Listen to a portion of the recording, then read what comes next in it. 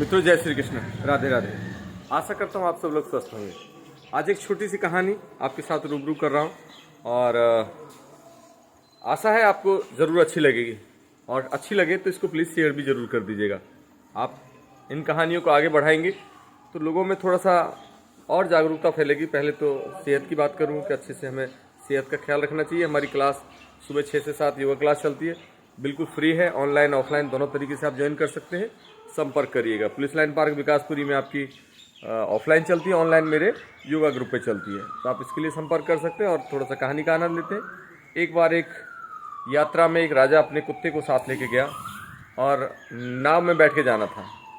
नाव के द्वारा नदी पार करनी थी, तो राजा के साथ कुत्ता है और नाव में बैठ गए, और भी यात्री बैठे हुए, राजा भी बैठा हुआ है। लेकिन कुत्ता स्वभाव से, क्योंकि पहले कभी बैठा नहीं था और नाव में उछल कूद करने लग गया। वो कभी नहीं बैठा था नाव में, इसीलिए ज़्यादा उछल कूद कर रहा है, तो दूसरे यात्रियों को परेशानी होने लगी।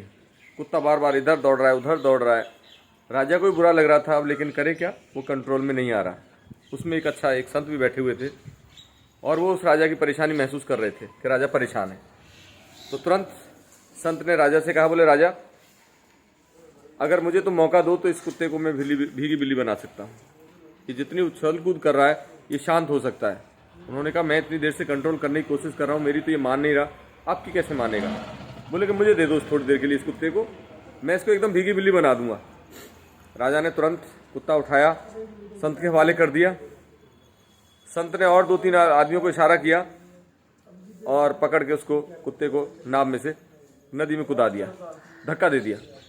राजा भी देख के हैरान कि संत होके क्या कर रहे हैं, पर क्योंकि उन्होंने पहले कह दिया था कि मुझे थोड़ी देर के लिए दे दो, तो जो कुछ हुआ अचानक हुआ और कुत्ते को पानी में धक्का मार दिया। जैसे ही कुत्ता पानी में गिरा वो छटपटाने लगा। बहुत देर तक हाथ पैर मारे और नाव की तरफ लपका और नाव के खूंटे को पकड़ने की कोशिश करी। काफ़ी देर तक उसने पानी में छोड़े रखा उसको, कुत्ते को खूब छटपटाया, और जब बहुत देर हो गई तो संत को दया आई और 2-3 आदमियों के सहारे उठा के उसको, कुत्ते को दोबारा फिर नाव में चढ़ा दिया।